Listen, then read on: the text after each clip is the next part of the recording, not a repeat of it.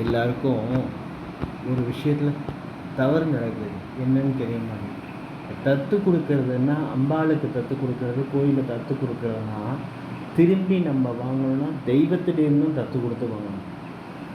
இப்போ என்ன பண்ணுறாங்கன்னா, சில பேர் அம்பாள் சன்னிதியில் வச்சு ஒருத்தவங்கள்ட்டேருந்து அடுத்தவங்கள்ட்ட தான் தத்து கொடுத்தா அது அவங்களுக்கு சீகாரம் கொடுத்த மாரி ஆகிடும், அம்பாளுக்கு கொடுத்த மாரி ஆகிடும்.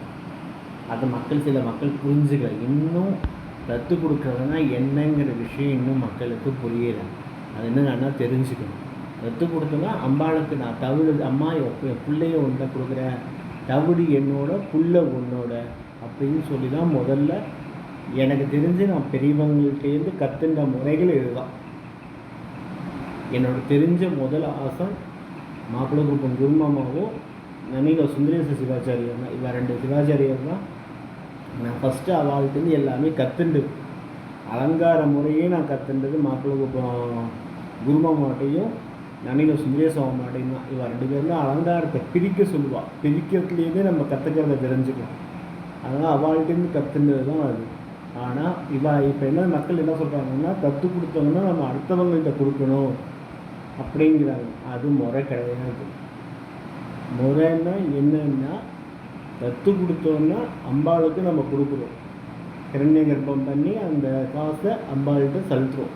அம்மாவுக்குள்ள உன்னோட தவிடு என்னோட அப்படின்னு சொல்லி 3 தடவை சொல்லி தான் அந்த கொடுக்குறோம். இப்போ என்ன முறைகளே மாறி போயிடுச்சு. அதுக்கு ஒரு தம்பதிகளை கூப்பிட்டுவாங்க அப்படிங்கிறாங்க. அதுமாரி மாவுளுக்கு போடுறதுனா தெக்க பார்க்க வச்சா என்ன அப்படிங்கிற ஒரு ரூல்ஸ் இருக்குது. நம்மளாம் மக்களை பார்த்து திருந்திக்கணும் அப்படின்னு கொஞ்சம் தாழ்மையோடு கேட்டுக்கொள்கிறோம்.